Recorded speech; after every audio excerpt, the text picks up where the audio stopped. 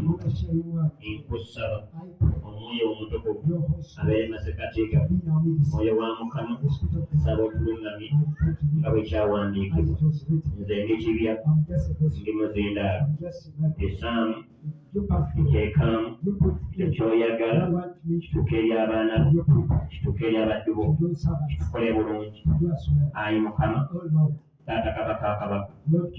oyogera mu kigambo kyo kitugwanidde ayigiriza abeere mu mwoyo omu n'oyo gwayigiriza leka kibeere bwe kityo wakati wange n'abampuliriza sabange ku kiruti kino nga nkoze ekyo kyewetaaga nkole olwaleero singa bwe njagala naye nga bw'oyagala leka okwagala kwo kukolebwe olwaleero nga bw'ozza okola mu linnya erya Yesu omwana Katonda omulamu. Mukama ngaleeta maanyi.